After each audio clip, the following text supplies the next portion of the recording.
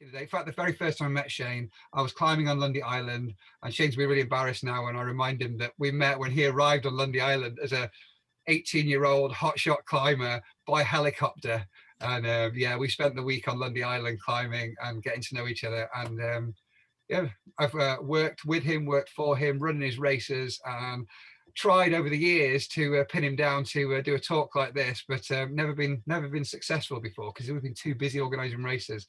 So I needed a world pandemic to actually slow him down and get him on screen. So yeah, I'm really delighted to introduce Shane to you, and I'm going to hand over to Ally now, who's going to interview him. So see you later, everybody.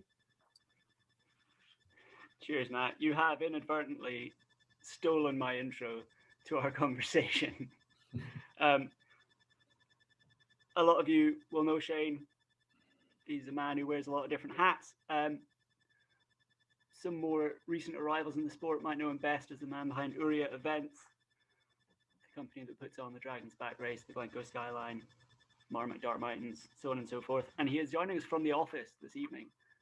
Can you just show us some of the stuff you've got on the walls in there, Shane? Sure. So Matt, thank you for the lovely introduction. So I'm at work because we've got a great internet connection here, but we've got memorabilia from all the various events. One of my favorites is just behind me. So that's Martin Stone, Helen Diamantades at the time, finishing Dragon's Back in 1992. That one there is Emily Forsberg at Glen Coe Skyline. Where has it gone? Oh yeah, just there is a Skyrunning World Championship gold medal. We've got Dragon's Back memorabilia. That's again Skyrunner World Series top signed by Killian and Emily. So we've got some really cool things on the wall here, and it's nice to be here. We're surrounded by all of that. Magic. We're mostly going to be talking about your Bob Graham that you did in December. You're just the second person who's done a solo unsupported winter Bob Graham after the guy who's just perched on your shoulder, Martin Stone, who did his 30 years ago now. But before we get to that, I feel like we've got 25 to 30 years worth of build-up that we need to get through that will provide the relevant context for that conversation. As Matt already mentioned, you have a previous life as a pro climber. Can you give us your version of the story of how you met Matt on Monday? Yeah, I think the helicopter was on the way out rather than the way in.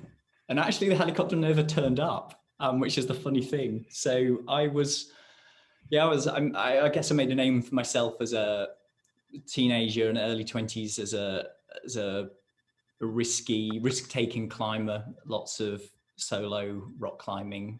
And I'd been asked, I remember it quite clearly, by the Science Museum in London to be at the opening of their new Science and Sport exhibition. And they wanted me to climb the outside of the Science Museum as part of their grand opening. And I said, yeah, no problem, but I'm away climbing on Lundy that week. So you'll have to fly me off the island, fly me to London if you want me to do it. And they just said, yeah, no problem. And so I went to Lundy for that week, and I met actually a lot of people who've become lifelong friends in that week. And the whole week we kept talking about this helicopter that was going to come and fly me into London. And then on the day, the weather was too poor to fly the helicopter, and I just got stuck on the island and I missed all the work. You met Heather. I met Heather, my wife. Yeah. So silver lining. Yeah. Lots of good things happened. As a climber, you were known for doing some fairly bold things. You had first and second ascents up to E8. You solo on-sighted E7. So this theme of commitment is something that we'll come back to. What is it about that style of climbing that you find very compelling? I like the purity of it, for sure. I like the sense of total commitment. I like a sense of jeopardy in what you do. And I think real adventure you only have when you have risk and uncertainty in the outcome. I mean, if we're talking about adventure, like adventure with a capital A. So I think as a more mature 40-something adult, I have a better understanding of what drove me as a teenager. But I was certainly driven, and I was certainly prepared to take kind of incalculable risks when I reflect back on it now as an adult.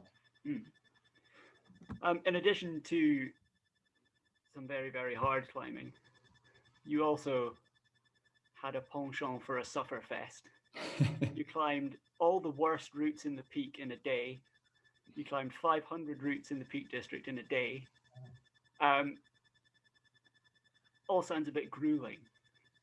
What drew you to doing things like that? So when I think as many climbers do, you eventually end up in Sheffield. You're either visiting or you're living there, and I lived there for nearly 10 years. When I first moved to Sheffield, I lived in a house with John and Anne Aaron, who were fantastic climbers and became really good friends. John and I both enjoyed soloing, and very quickly we started going out in the evenings soloing together. And, you know, the years ticked by and the routes, literally thousands of routes ticked by. And I can remember my other housemate, Adrian Berry, who I actually set up a business, Planet Fear, with. We were having an evening, sat around in front of the telly, drinking a beer, no doubt. And Adrian says, you know what, there's this thread on UKC and it says something about, could anyone climb 100 routes in a day? And John and I kind of thought this was hilarious because we were already going out and climbing 100 routes in a long evening. That was a pretty standard long session of, excuse me, of climbing. Or soloing, let's be clear. So this conversation started about how many routes could we do if we had a whole day? And we're like, well, we could definitely do 200. 300 feels achievable if you started early. And I think probably Adrian was like, well, you should do 500. And John and I were just like, yeah, let's try it. So that year we made our first attempt. I think that's 2002. And we got somewhere into 300s before we kind of ran out of steam. And we learned a lot about how not to do it. Then the following year we came back, better organized, more training, and we knew exactly the optimal sequence to climb these routes. It was very, very well rehearsed on the whole. And you might, for example, find that climbing up an E1 slab was easier than down climbing like a VS crack. And actually the grades became largely irrelevant. It was understanding which were the easiest routes to climb up or down. And we decided that any route that was had an individual grade and name in a guidebook was fair game. And as long as your feet started on the ground and your hands finished on the top, that counted as an ascent. And we would climb up and down. And you might climb up one route, traverse along two, down climb a route, come back on yourselves. And this went on and on and on for 18 hours. And I think we averaged something like one route every, I can't remember what it was now, 2 minutes, 30 seconds. I remember reading a route every 2 minutes, yeah. Yeah, a route every 2 minutes, that sounds right. And we did a lot of climbing and mostly low grade, but maybe up to about E4 for some of the harder routes that we already knew well. So yeah, it was quite a day and I was absolutely broken at the end of it. I mean, I felt like I'd been beaten up. I bet. This is a fascinating bit of peak climbing culture that I didn't really know a whole lot about. I went down a major rabbit hole today because this kind of thing is still going on now. You know, like Pete Whitaker did 150 E-grade routes in the peak in a day. Yeah. Him and Tom, help me. Tom Randall. Tom Randall. They did. Yeah. So all of Don Williams and Joe Brown's routes in the peak in a day. That sort of. Yeah, I mean, the Peak District really lends itself to those kind of challenges. And I think Ron Fawcett was the first person to really popularize and do these challenges. And he did 100 extremes in a day. And then not much happened. And I guess John and I came along and put some impetus into that. And Pete Whitaker and Tom Randall have kind of taken it on to another level since then as well. Fantastic. You described to me the moment that you didn't give up climbing, but you gave up on climbing as a profession because you were making a living at it for a while, right? Just about, yeah. Could you share that story with us. I think it's Yeah, fascinating. it's a really, it's still quite a vivid moment. I was in North Wales climbing with a bunch of friends, and I watched Patch Hammond on site a fairly gnarly slate route called Rape by Affection.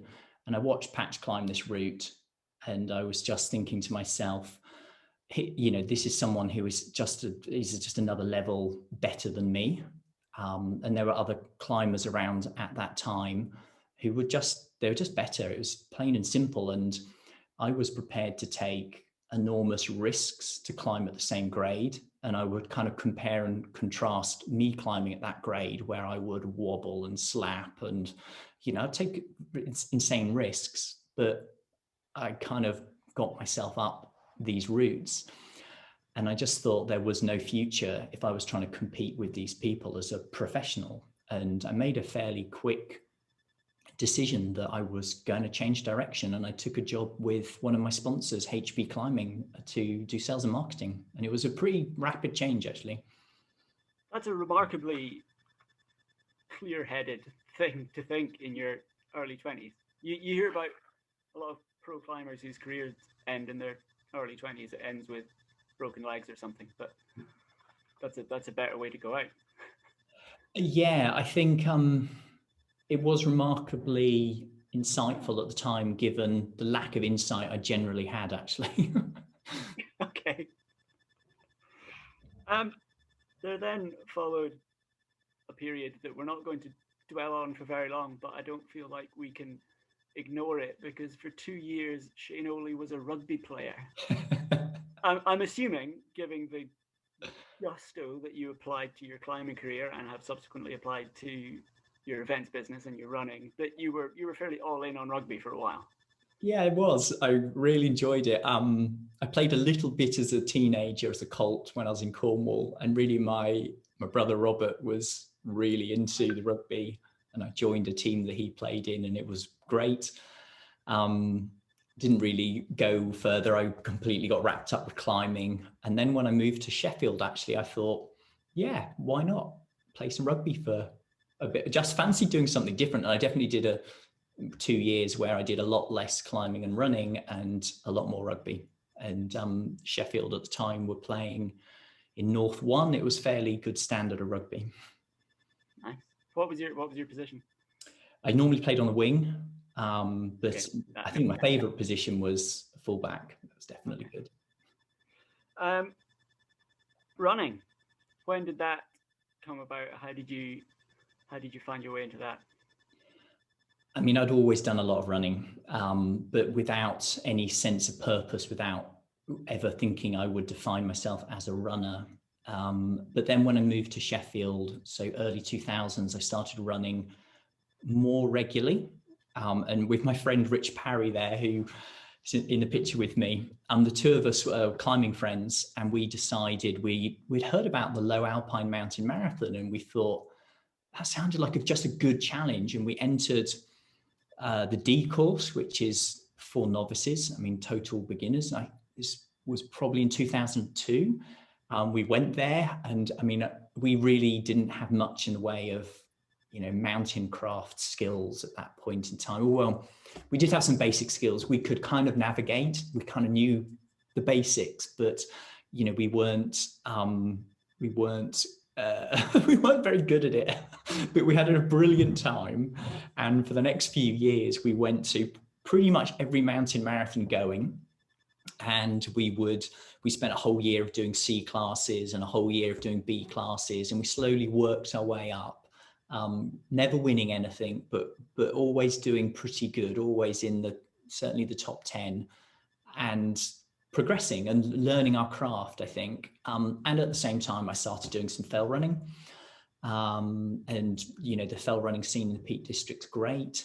Joined Dark Peak Fell Runners. And then another pivotal thing that happened was I started doing some orienteering. And that's, I guess, the orienteering connection is what really drove the real improvement in my running and navigation. So you moved up slowly. Eventually, you ended up pairing with Duncan Archer. and you guys were the pair to beat for quite a while. You won your first Alm in 2011. You've won 2 since then, a bunch more podiums. You won the Lamb, you won the Highlander. How did you run into Duncan, and what do you think made that partnership click? That's a good question. So I'll answer the easy bit first. So I kind of 2009, 2010, I was doing some consultancy work for Innovate, and I knew Pippa and Duncan. Pippa is Duncan's wife, through orienteering, and they lived close to where Innovate were based. So I pretty much literally phoned up and invited myself to stay with them when I was working with Innovate. So that's kind of how I got to know both of them a lot better. And then I guess I'd done a lot of racing with Rich Parry, and then, you know, Rich's life started to change, and actually my focus became more and more about running and less about climbing. And I had a few partners that I raced with, did 1 or 2 races with, and it just didn't quite click for reasons that you can never really put your finger on. And I just thought, hey, Duncan's he's a GB orienteer, he's brilliant runner, loads of experience. I'm sure he'd make a great partner, but he'd never done a mountain marathon. So I asked him if he'd do the 2010 Dartmoor on with me. And we finished 5th in the elite together. And we thought that was pretty remarkable. We were really, really chuffed with that. And yeah, it was good. And we went from there. And so I guess we went to the OM in 2011 as outsiders for sure. But what had happened in that year, 2011, is I had really, really switched my focus into running. And rather than doing a little bit of running here and there, I was training with structure and focus. And there were a few kind of, I guess, notable achievements along the way throughout 2011. If you look back, benefit of hindsight, you can see that there was this gradual build up. And then at the OM in 2011, we just had a really solid run, and it wasn't that we dominated, far from that. We just didn't make the mistakes other teams made, and we were solid. We just had a good run, and we won by a tiny margin of about 11. I think it was 11 seconds in the end, but it was a win, and it was amazing. It was an absolutely amazing experience for us both, and I never could have dreamt that I would win on elite when I'd started running mountain marathons all those years before. For anyone not familiar with the mountain marathon format, that's 11 seconds over the course of 2 days. So probably, 12 or 13 hours of running? Yeah. And the funniest thing about that win, actually, just for a little bit more detail, was there was myself and Duncan, Steve Birkinshaw, Jethro Lennox, and then Tim Higginbottom and Chris Neer, and the 6 of us were racing together about maybe 6 kilometers from the finish. And Duncan made some brilliant navigational choices. The others seemed to be tiring. We just started pulling away, and all of a sudden we made a break, and the gap started opening up, and we were running down these forest trails with maybe a kilometer to go from the finish. And Duncan all of a sudden says, I'm absolutely done. I need to walk. And I'm like, we can't walk. And he was like, we're ahead. We'll just walk for a bit. So we were walking to the finish, getting overtaken by the teams on the C course or whatever. We kept laughing that we're going to win on elite, and we're walking into the finish. And then all of a sudden, with less than 100 meters to go, we looked over our shoulder, and there was Tim Higginbottom and Chris Neer chasing us down. And I'm like, we got to run. Wow. So that's a very, very kind of exciting finish in the last 10 seconds for us. The other bit of your early-ish running career we should mention is your attempts at the winter Ramsey round. Even more so than the Bob Graham, Ramsey's round in winter it's not just hill running. Like, there's elements of mountaineering involved in there. You already had a bunch of winter hill experience from doing some winter climbing. Was it the combination of that with the running that drew you to try that? Because it's a big thing. It is a big thing, and I was potentially a little naive to just quite what an undertaking it was the first time I tried it. And my first and my successful completion, every other attempt after that, when I thought I would improve on my time, ended up in disaster of one reason or another. So my first attempt was my successful attempt, and it was essentially on site. I had very little knowledge of the route. And yeah, it's some very committing terrain up there. And I think with my climbing background, I felt, you know, there's nothing that I couldn't handle, even in a pair of orienteering shoes. But yeah, it's a tough challenge. We'll come to your Bob Graham now, because most of what we could discuss with regard to Ramsey's round overlaps with the Bob Graham. We won't do like a blow by blow, went here, did this. That would take up a lot of time and not be particularly interesting. But if you could just give us an overview of the sort of conditions you had for the round and what your aims, expectations, desires for it were, because it had been on your radar for a while.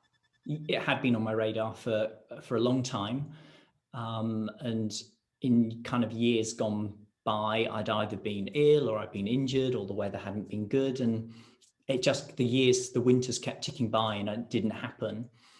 And I was very clear in my mind about the type of winter conditions that I wanted to have. And I think it's really important to say that, you know, you can do a winter round in summer conditions, and full credit to the people that will go so much faster than I'll ever manage to go.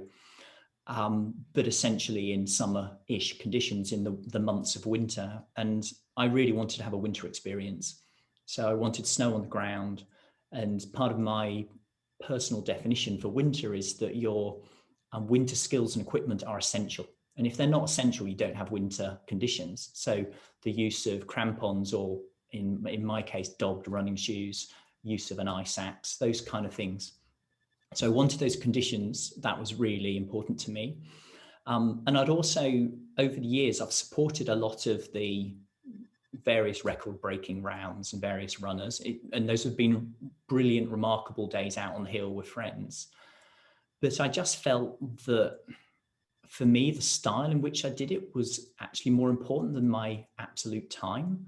And for me, that meant being on my own, looking after myself, being self-reliant, that kind of, I guess, the full package of the mountain craft that you need to have if you're on your own. So I kind of put it all together, and it was snowing in the Lake District. It was starting to get wintry, and just the week before the round, I was thinking it's possible it could happen this week. It's possible it could happen. And I was sitting at home drinking some red wine with Heather, and we were looking at the weather forecast, and we were both, well, in fact, Heather was saying it first. It's like, you know what, tomorrow's the day.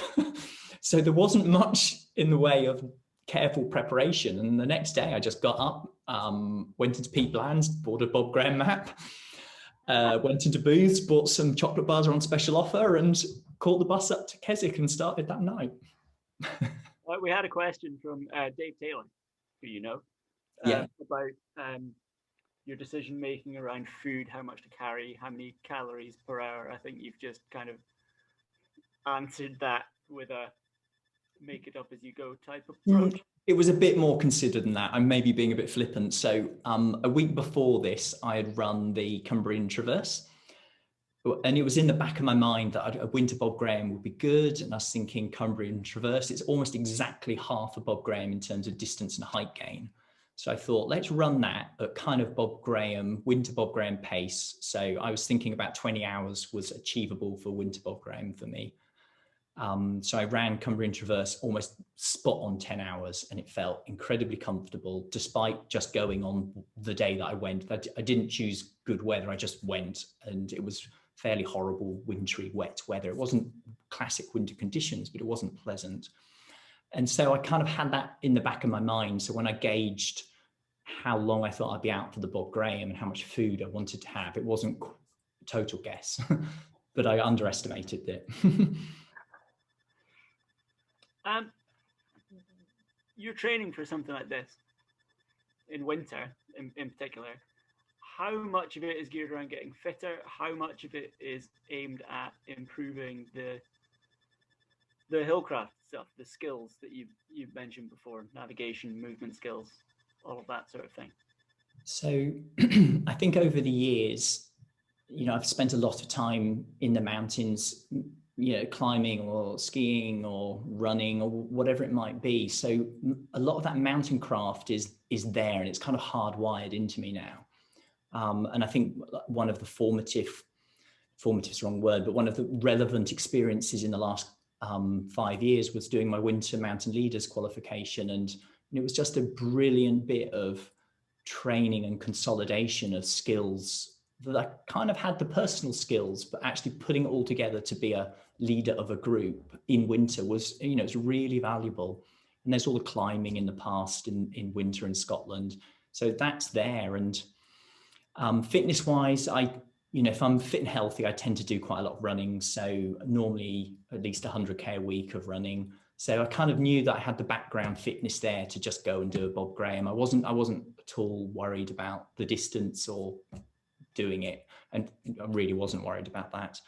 And I guess the other thing is that if you're going to operate in the mountains in winter and on your own and in, consequential terrain, you kind of just need to keep your hand in. And I can remember probably about 4 weeks before I did the Bob Graham, I went out during some of the first snow of the season, and I just ran the Kentmere Horseshoe, and it was a night and it was total darkness. It snowed the whole time. I was in ski goggles running around the Kentmere Horseshoe and navigating, and could only see a couple of meters. And I think if you want to do something like any of these big rounds in winter, you need to be able to safely operate in those more extreme conditions so that you've got that margin of error. And okay, you can't account for that unlucky accident when you break an ankle because you take a bad step. But in terms of all the variability about weather and conditions, I kind of feel I've got that covered. It's not to say it's without risk, and it's not to say that it's you can't misjudge it, but I think that background's really important. How you mentioned your winter ML, you're also in the mountain rescue in the Kendal team. How do the experiences that you get from that, do they change your decision making for a round like this in terms of gear or in terms of how you assess your margins for safety? I think probably not, if I'm honest. I think the one thing it does change is like I kind of feel I'd need to be really, really badly injured to ask for help and from mountain rescue, because the ribbing I would get if I was rescued by my colleagues would be remorseless.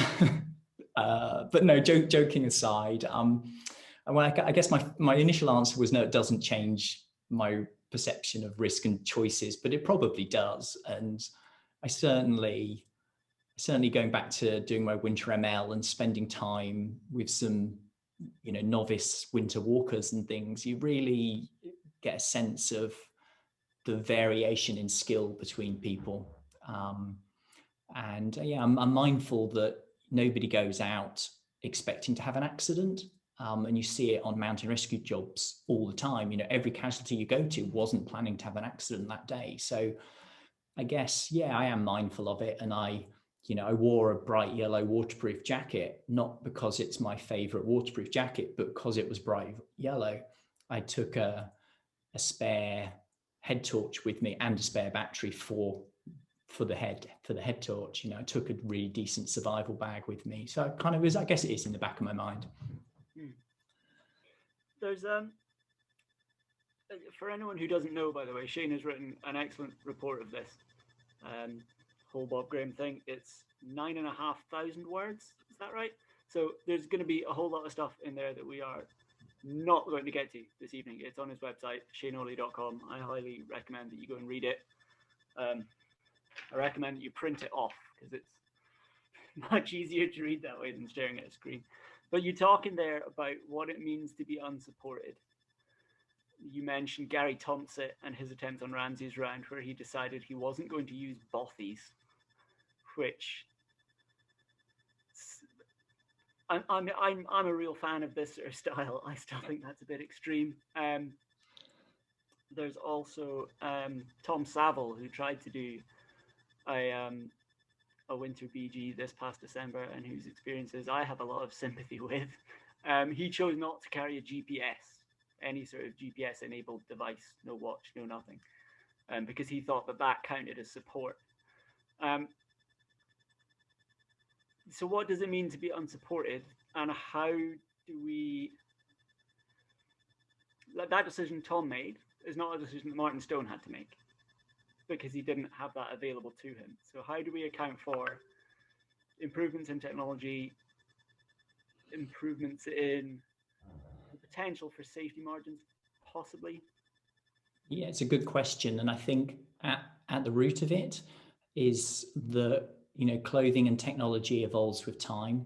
And I make a little quip in my blog about you have to be careful that you don't end up having historical reenactment of the original record, having to wear, you know, PBs and tracksters. So I think we have to accept that clothing, technology, equipment, it moves on. And certainly, you know, I had advantages over Martin Stone, particularly in footwear and the lightweightness of my kit.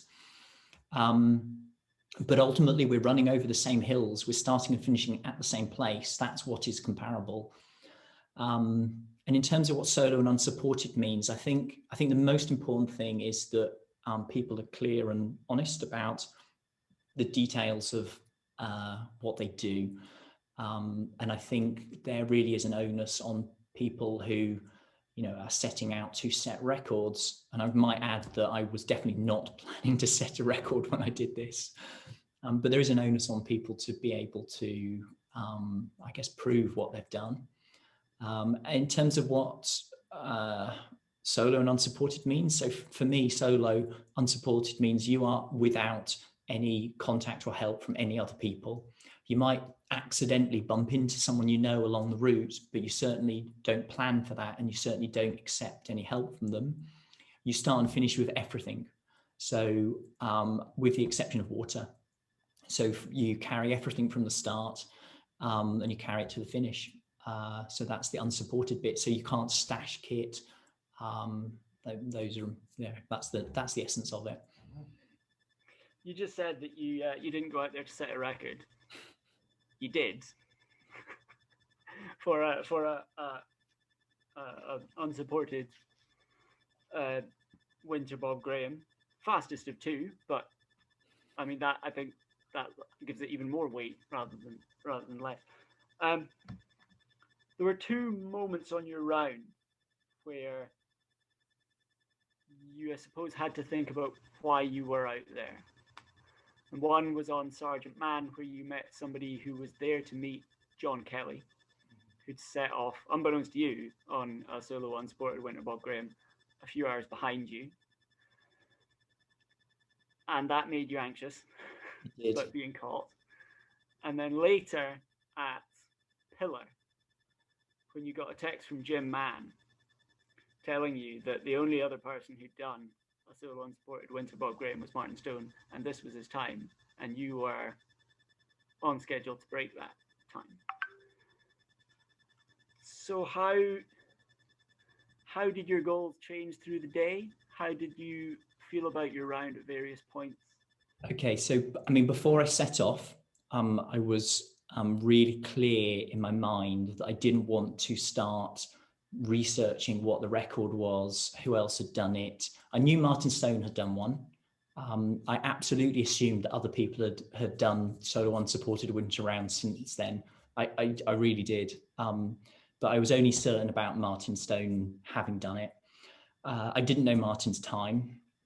I knew roughly kind of what the times of the winter rounds were, because I'd supported Jim Mann's winter record. I knew of Kim's subsequent, you know, really fast winter record. So I had some benchmark about what was going on.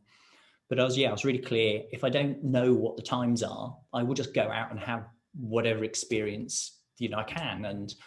And that was important. So I set off with that in mind. And it was a very personal thing. I was in my personal bubble for that first kind of 8-9 hours of the round. And then when I got to Sergeant Man, I met this person who I don't know who they are, but they said something along the lines of, oh, I'm here to meet John Kelly or cheer on John Kelly. And I was like, oh, wow. So, and I just had this thing in my head. Oh my goodness, is John Kelly's like one of the best runners in the UK and he's chasing me down. And I just had this vision of the dot chasing me down on the map. And I was like, God, I really didn't, this is not the experience I wanted. And it put me into quite a spin for some time, 90 minutes or so. I felt really quite down about it. And I kept looking over my shoulder, like, where's John? Where's John? And slowly I reframed that.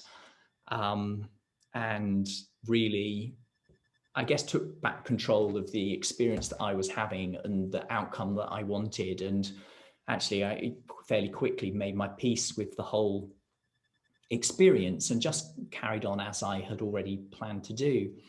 I'd almost given up at Thirlmere, sorry, where you go over the road. I've forgotten the name of it. Sorry? Dunmail. Dunmail, yes. Dunmail. So I'd almost given up at Dunmail because the Dodds Ridge had been much, much slower than expected. The visibility was very poor. I was kind of map and compass navigation down the ridge, and it just took a lot longer than I expected. And I got there and I knew that I was going to be a lot longer than 20 hours if I continued. And I just kind of thought, well, what's the point? It's so slow, it's hardly worth even noting. But I decided the weather was brilliant. It was perfect blue kind of sunny day, blue sky sunny day. I should carry on. But I kind of couldn't quite shift this idea that I was kind of radically underperforming, and 20 hours seemed respectable. And, I was kind of in danger of, being a just under 24-hour round. But I just kind of kept plugging away at the speed that I could go at. And yeah, then on Pillar, I got this text from Jim, and I'd only let a small number of people know I was doing the round. And Jim just sent me this text, by the way, do you know? And all of a sudden I was like, oh, wow. And I kind of clunked my way through the arithmetic and went, yeah, I'm on course for about 23 hours at the moment. That's not easy arithmetic when you're that many hours in. No, it took me an embarrassing a long time. But yeah, it was a boost. There's no doubt about it. And actually, when you discuss what solo and unsupported means, there's a reasonable argument to say getting a text message like that shifts your round slightly further away from unsupported than I might like to admit. We've had clarification from Tom Saville, who is here digitally. Hello, Tom. He had a GPS. He didn't use it for navigation. He had his watch on. I think me and Tom need to start a support group. We've got a few questions that we got beforehand. A lot of people are asking questions about your shoes. Okay. They're Salomon Dobby shoes, right? But modded. Yeah, so it's very simple. Sorry. What was it you did to your shoes to keep your feet warm? So the shoes that we're using, they're Salomon snow spikes. So they're basically a speed cross with an outer boot, like a neoprene outer boot, which have got metal dobs, tungsten dobs on the bottom. So they're very, very good for running on like neve snow. They're not so good when it's icy. The dobs are not significant enough to really bite into ice if there's any kind of angle to it. But to make them waterproof, I painted them in neoprene glue. So this is the type of glue you would use to repair a wetsuit. And it creates a completely waterproof, like a vapor barrier on your boots. So I kind of suffer from cold hands quite easily and cold feet as well. So it keeps my feet warm. That seems to be something that people can't get a hang of, keeping their feet warm. Yeah. We spoke a little bit about how you're the winter record holder. How do you feel about there being a solo unsupported winter record? Because with the outright winter record, anything like that, it inevitably results in a race to the bottom in terms of style, right? As you mentioned, people doing essentially slightly darker summer rounds in the winter months with full support. And that's not a criticism of them. Those are the rules. That's how it works. Do you think it would be better to leave the solo unsupported stuff as a purely qualitative thing, so that people will go out and try and have the most classic winter experience? Yeah, I think it's a good question. And in my mind, I've kind of toyed with this, and I definitely had a position in the past where the winter record should be in winter conditions. And I've actually changed my mind. And I think actually the winter record is about the months of December to February. And if you want to go as fast as possible, choose the best day, go for the most summer-like conditions, and go fast. And there is kudos and respect for whoever can just go fast. And they've still got a lot of challenges, the darkness, probably wetter and colder than you would have in the summer. I think you said it in your book, actually, Ally, the more you have to clarify and quantify a record, the kind of the less value it has. And I think that's the trouble with winter records in classic conditions in the mountains. It's, you know, well, my snow was deeper than your snow, but my snow was softer than your snow. It's like, where does it end? So, you know, there's actually a tiny number of people doing these winter rounds in winter conditions. So we all know what each other are doing. And I think a bit of respect from your peers is as much, I'm happy with that, basically. Yeah. It's interesting. I think most people are aware of the distinctions, right? And I think you say in your piece that there's more kudos attached to a proper winter conditions round, and you see that borne out. You know, the Ramsey's round winter record. There've been a few fast times there now. Jim's run and Donny's run, but for a lot of people, the high watermark is still John Gay's round. He was the first person under 24 hours. He did it solo, unsupported, and in picture postcard alpine conditions, like solid neve all over the whole route. Some of it was faster than it would have been in summer, because he was just on this nice smooth surface instead of all these boulders. So that, yeah, clarity is probably the most important thing. You can do what you want as long as you're upfront about it. Yeah, I think so. How much of your taste for this stuff do you think carries over from climbing? You know, being a trad climber and a Peak District trad climber, how you do things matters.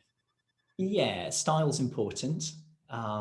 It's always been important to me. So I guess the rawness of the experience is important, and there's something a little bit more, for me, shallow if you're, you know, you top rope a route to death, or, you know, you work. I'm still, whenever I go on a sport climbing holiday, I'm essentially uninterested in red pointing. I want that on-sighting experience, the uncertainty, the jeopardy. Won't I make it? And I guess that's the theme that continues into some of the running challenges. Well, running and work challenges. If I think about some of the events that I've set up, things like the logistics for Dragon's Back or Cape Wrath Ultra, the kind of absurdity of Glen Coe Skyline, I like these challenges because they are difficult to solve, and I like taking on things that is difficult to do. And there's also, yeah, does the feeling of commitment tie into that? We spoke the other day about how the risks of a winter round are a lot less immediate than the risks of free solo climbing, but there's a similar sort of success or failure is going to be determined by your actions, and the consequences of failure are potentially great. Does that mean that the feeling of success is greater? I guess so. I think I said it right at the beginning that to have that real sense of adventure, you need to have uncertainty in the outcome. And if you can have a bit of risk as well, then that really makes it spicy, and it makes it memorable, and it gets your attention. And yeah, I guess when you're soloing, if you get it wrong, the outcome is all but instantaneous. I guess if you misjudge it, or more likely than not, you overjudge your capabilities, underestimate the weather. The outcome was quite possibly going to be the same, particularly in the Scottish mountains. It's just going to take a bit longer. You probably freeze to death on a mountain somewhere. Matt sent me a question from the chat. Okay. Which is apparently from Mingma Sherpa, who was on top of K2 last month. Wow. So you're dishing out advice to some bigwigs here. You wasn't quite clear how you manage food. Do you like eat by the watch, or you just do it by feel? No, I do it by feel. I'm not particularly disciplined. I tell you what, when I supported Beth Pascal's Bob Graham in the summer, I was so impressed by her discipline of, I'm going to eat one of these kind of complex carbohydrate gels, and I'm going to eat about every 15 or 20 minutes. And most runners, when you support them, you have to like fight them literally sometimes to eat, because they don't want to, you lose your appetite. And Beth was like metronomic, like, I'll have another gel, have another gel. It was so disciplined, and I'm less disciplined, let's just say. But I kind of just eat when I'm hungry. I could probably squeeze a bit of more performance if I was a bit more strategic about my eating, if I'm honest. I think I remember reading that Beth knows that she can do 83 grams of carbs an hour. Exactly. That's the Martin Cox influence. He's heavy on that stuff. Can we just look at this photo for a second? Yeah. This is Sears and Al, right? We're not going to focus too much on your pain face, although it is a good one. I just want to note the beautiful blue skies, the perfect looking trails. You've got your snazzy matching Salomon outfit. This is European mountain running. And then here we go. Last year's British champs, the smelly heli and the Helm Hill vest. This is fell running. I love the contrast. Well, I just think I think sometimes different runners can be quite dismissive about different styles of running. Mm-hmm. Actually, there's an amazing awesomeness to the simplicity of fell running in the north of England and hill running in Scotland. Go to Europe and do some of the big classic famous alpine races or some of the sky races. They are totally different, but they're all brilliant. They've all got strengths, and I really like doing a little bit of everything. You just have to wear the right uniform at the right race, because if you turn up at the British Champs Fell race wearing your matching Salomon kit, no, that won't wash. Yeah. When I was at Trophy Okima, Jasmine and Conrad almost didn't get to start because their shorts weren't long enough. Yeah, they had to go and get changed before they would be allowed to start the race. Yeah, I've had a similar experience at Trophy Okima. It's quite hilarious. Wardrobe malfunctions aside, unbelievable race. Best race experience I've ever had. It was incredible. We're going to do some more questions from the chat, I think. First up, where did you get your jumper? Oh, this one. It's from a website called Hoodie Lab. Hoodie Lab. Yeah. It's quirky. Quirky. I feel like I can't quite see it properly. Like it's going to change and stuff.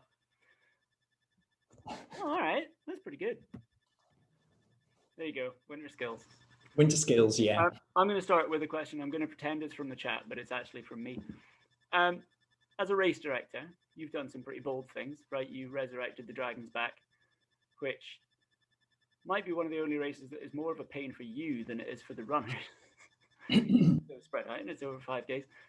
You got the Skyline. I mean, you managed to actually put it on, and then you managed to get a lot of the best mountain runners in the world to come and run it. What is your fantasy race? Or silly things like insurance and access permissions and like safety. Well, I mean, the obvious big race to do fantasy sky racing would be a race along the Culin Ridge. And I have done some feasibility on that. And the reality is races need to pay the bills at the end of the day. And that would be so challenging as an event that you would have such a restriction on who could actually safely participate that you would never make it. viable unless you had a very large sponsor who was underwriting the event, essentially. So you could, that would be exciting to do. But yeah, I do really like the challenge of solving, particularly that, like, the health and safety side of the event management. And I could remember when Glen Coe Skyline was still a concept, I phoned up Al Halewood, who was one of the MICs who did my winter mountain leader training, and I liked Al because he was really straight talking, and he kind of said what he thought, and I thought, you know what, I'd like to spend a day kind of on Curved Ridge talking to Al about the plans for this event, and I'll get some really honest feedback about how stupid or not he thinks they are. But I guess getting feedback like that and being really open to that is really important for, like, fine-tuning what we then did. And we basically, the challenges that we had thought about, the challenges that Al highlighted to us, we systematically and methodically solved through risk assessment and planning and innovation. And actually a lot of that is invisible to the participants, but there is a huge amount of work that goes into making these things, they're not safe, they're far from safe, but making them acceptable. I think Al Halewood told me a story about him doing his summer ML assessment on Curved Ridge in a blizzard. He might be predisposed to liking that kind of thing. Someone in the chat would like to know, as someone who feels like a summer round is plenty challenging enough, what advice would you give to people seriously considering an unsupported winter round? How would they know that they're ready and not putting too much risk onto emergency services, mountain rescue?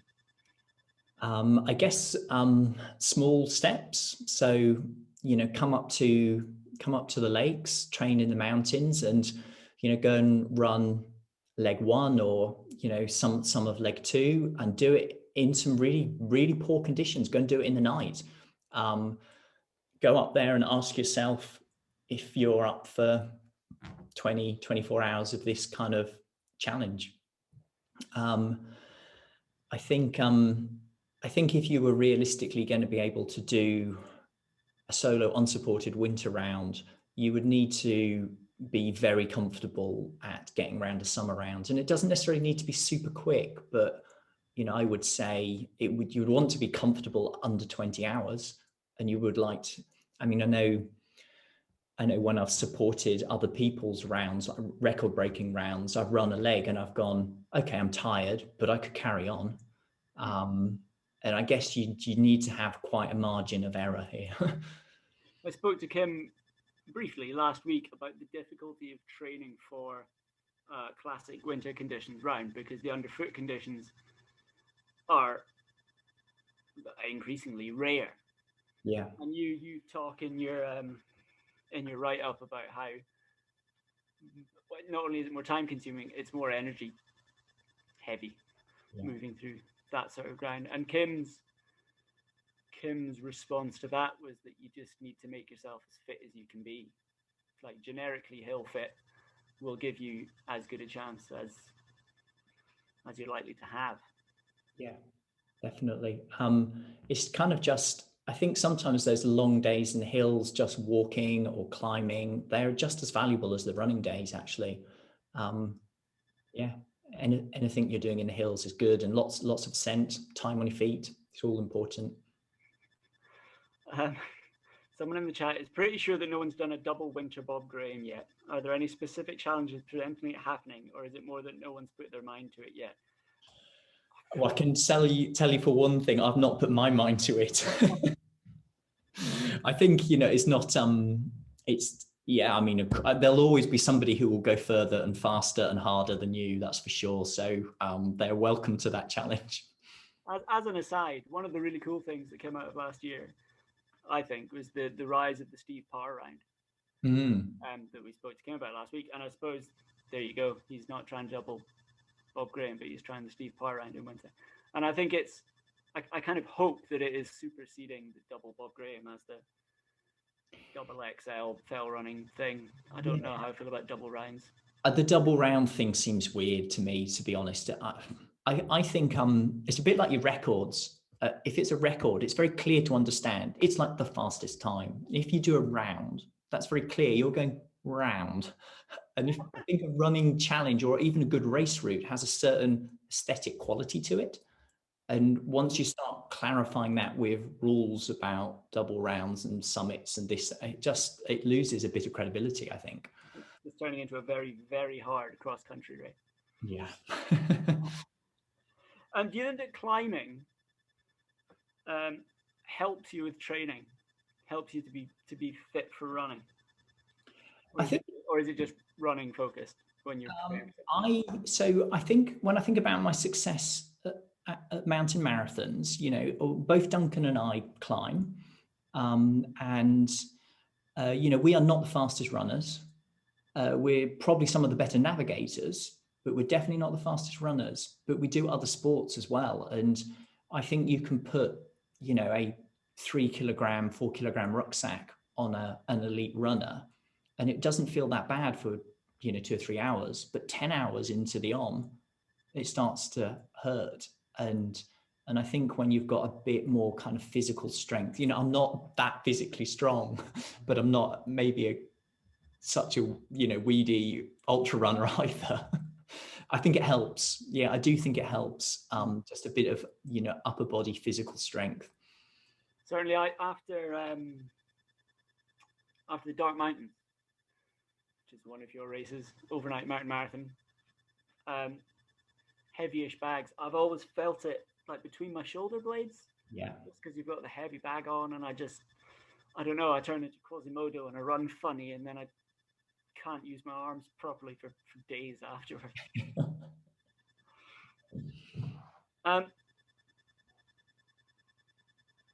Re the pandemic. Are you happy with your business and pleasure in life, running all the awesome events and still being able to fulfill your own physical ambitions? Well, on a personal level, pandemic has been, I mean, on a very personal level, pandemic has been okay for me because I've had less immediate stress from work and I've had a bit more time to go running. So that's quite nice. On a kind of personal work stress level and running Ourea Events, it's really pretty terrible. So, you know, we've cancelled events through 2020. I'm yet to really digest Bojo's comments this evening about the unlocking. But the reality is, even before that, the May events that we have planned look marginal. So I remain optimistic, and I will always be optimistic. And I think that's just me. But there's a huge amount of uncertainty for businesses at the moment. It's not just event businesses. And, you know, I feel really lucky that, you know, personally, I'm fit and healthy, and friends and family fit and healthy, and I'm not one of the people who's directly affected by, you know, COVID in terms of, you know, family and loved ones dying. That's the real tragedy. So, someone asking you about your food wants to know if it's pork pies or bloop. I don't know what bloop is. There is a list of all the food that Shane had at the end of his. So all the food is vegan. So I'm a vegan. I've been a vegan for a long time now. So all the food I took on Bob Graham is vegan. And there were some, again, spur of the moment, special offer in M&S, vegan sausage rolls that I bought to go on the round. They weren't that good, actually. Last time I had sausage rolls while I was running was the Dragon's Back, day 5 in is it McKinfleth? Yeah. I still owe Damien Hall £2 because I was standing in the bakery and nothing was working, and I was trying to get money out of my bag, and he took pity on me and just came in and paid for my sausage roll. Who is your favourite, brackets, not necessarily the fastest, runner in the UK scene, and why? Oh, wow. You're about to lose a lot of friends here. No, I've got absolutely no idea how to answer that. Heather, who was running with this evening and had a brilliant run along Scout Scar. So there you go. That's very, very diplomatic. Which of your own events would you most like to race? Oh, that's a good question. So they're all good, aren't they? I got to be honest, when I look at, people battered at Dragon's Back, and often think part of me would love to be there, and the other part is greatly relieved that I'm not. But it's got to be Glen Coe Skyline. If I had to choose one, it would be Glen Coe Skyline. I thought that might be the case. Have you ever thought about the Lakeland Classic Rock round? I have. So what have you thought about? So I was planning to have a go last summer, okay. And I was recceing and preparing and was pretty much ready to go. And I'd kind of been watching Tom Randall and Will Burkitt kind of take chunks off the time, and I was impressed by what they had done, and I was looking forward to having a go myself. And then I got a little Achilles niggle, and it just needed to rest. There was no two ways about it. And suddenly it was, I can't remember, 5 weeks of taking it easy, and the summer turned and the opportunity has gone. So I would love to have a go at it. It's such a it's a great challenge, and maybe next year I'll have a go. We'll see. It's a lot more compact than the Cairngorm Classic Rock round. A couple of guys I know did that last year, I think. Yeah, I read their report. It was fantastic, and that's on my radar as well. Running from Lochnagar to Benavur doesn't sound like fun with a rack in your rucksack. Well, I think it would be interesting to see. I haven't done any of the routes on the rounds. I quite like the idea of solo on site, unsupported, Cairngorm Classic Rock round. That's fantasy thinking. I've got no perception of quite what I've just said then, having not done any of the routes. But we'll see. Watch this space. I was giving Kim hassle last week because there was a photo of him outside Moot Hall at the end of one of his rounds, and it was indistinguishable from a photo of him at the start of one of his rounds. I'm glad to see that you're at least a little bit dishevelled. Yeah, I'm familiar with the lots of layers kind of all askew and undone because you're not sure if you're too hot or too cold thing. That's I approve of that. When you started to focus on running, you said you started running properly. Have you ever had a coach, or have you always just been doing your own thing? I'm uncoachable. Uncoachable. What makes you uncoachable? My natural reaction, if anybody tells me to do anything, is to do the opposite. And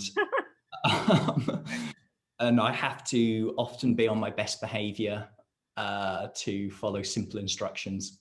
Nice. I like that a lot. If you could live anywhere else in the world, specifically long term, and have a different backyard to the lakes, I think the recreation part of this is the important part of the question. Where would you go? My brother lives in Canada, and I've been out to visit a few times. It's absolutely fantastic wilderness and mountains there. Like the West Coast mountains just look fantastic. So where does he stay? Sorry? Where does he stay? Vancouver Island. Okay, yeah.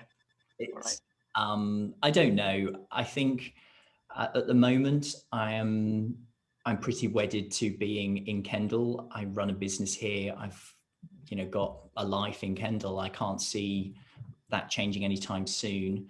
But who knows? Who knows where we'll end up? I'm lucky enough that I've got dual citizenship, because I've got an Irish citizenship as well. So I kind of feel that Europe is 27 countries. Yeah, I still have the opportunity to live in Europe, so I feel very fortunate about that, and maybe I will one day. Who knows? Excellent.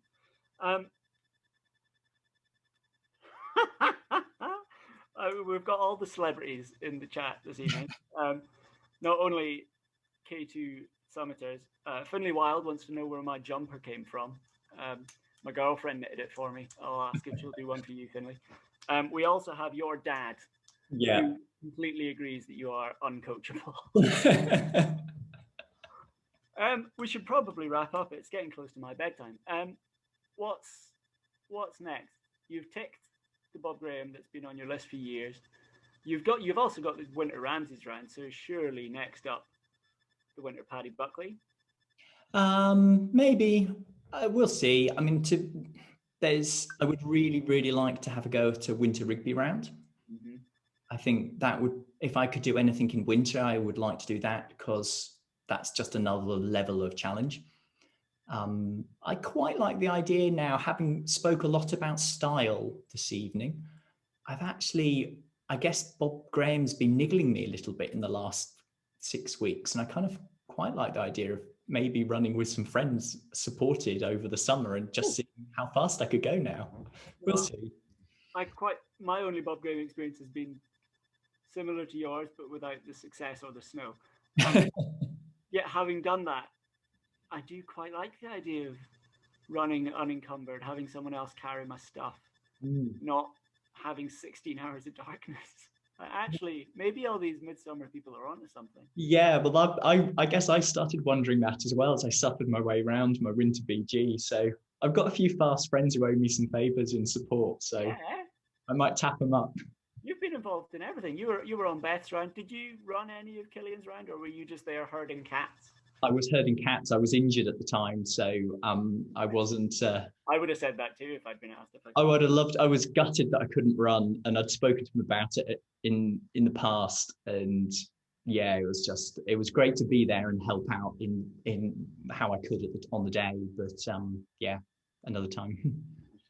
Right, we'll finish. Oh, someone wants to know if you have any interest in the Dennis Rankin or Wicklow rounds with your Irish passport. Maybe. Have you been to the Mourns? Have you been over for the Skyline? I didn't take part in the Mourne Skyline, but I've been out when Heather was doing the race. I've done the Mourne Mountain Marathon a couple of times. I've been on a climbing trip to the Mourns as well. Yeah. Mourne Skyline's a great race. I really enjoyed it. Just while Matt scrambles to get back in the chat and close up, what do you think the future is of the big rounds, winter or summer? You've got your finger on the pulse of this stuff. I suspect they will only get more popular with time. I can remember helping on the first Bob Graham that I supported in the early 2000s, and there wasn't a Bob Graham trod. The Northern Fells were rough, and you go there now and there is a continuous, isn't more than a trod in places, a path a lot of the time. So I think the challenge will be balancing the impact of the runners on the round. I mean, that said, we got to remember that, the Lake District is ecologically, war zone basically. And I think we have to keep the impact of the runners in perspective, and agriculture and industry have far more to answer for in terms of what our mountains look like. Yeah, on the one hand, you've got some skinny guys in short shorts. On the other hand, you've got a coal mine. Exactly. Yeah. Well, thank you very much, Shane. I don't know about anyone else, but I enjoyed that a lot. Thank you, Ali. It's been a pleasure. Me too. I've just unmuted myself. Yeah, I've not laughed as much at a talk for a long time. I've been, unbeknownst to you, I've been having some private chat with your long-suffering wife, who's been watching, and you did answer the correct question when the question was asked, who was your favourite fell runner? So well done there, brownie points earned. But it was true, Matt. We were running this evening or end of the afternoon, and I could just, Heather was having such a good time. The sun was out, and a big smile on her face, and I was like, yeah, brilliant. That's what it should be like when you go out running together. Brilliant. I really enjoyed it. Shane, it's been too long. I'd like to catch up with you and have a beer sometime. Yeah, just a quick reminder to everybody, please, we've shared the donation link in the chat, but we will follow up with an email tomorrow. I might even do it tonight, actually. There's a PayPal link in there, and Shane's so 25% the profits will go to Mountain Rescue, which is brilliant. Also, I'd really urge you, I don't do this every week, I should do, but yeah, if you could go onto the Shaft website and just sign up for our newsletter, we'd really appreciate it. Then we can let you know about other cool talks. Every time I do one of these talks, I'm like, oh yeah, we should ask him, we should ask him, we should ask her. Yeah, if you've got any ideas, we're going to do these, we're doing them pretty much once a week going forwards at the moment. So it's brilliant, I'm loving them. I think that's all my notes that I've written down. So yeah, the last thing I'm going to do is I'm going to change a little setting in here, which should allow people, please don't all do it at once, otherwise it's just a cacophony of horribleness, but I'm going to allow people to unmute yourselves. So yeah, if anyone wants to say anything or say thank you now or sometime over the next time. Thanks everyone. Thanks, Shane. Thank you. Thanks guys, really interesting. Thank you. Really enjoyed it. Thank you. Hey, boys, guys. Cheers, Shane, from the car down in Tasmania. Just John. Thank you very much. Thank you.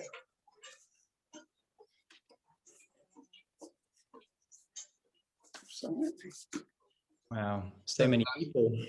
Cheers. It's nice. Come Someone just said, to the Mourne Mountains. Come to the Mourne Mountains. Come and do the Dennis Rankin. Thanks. Wonderful.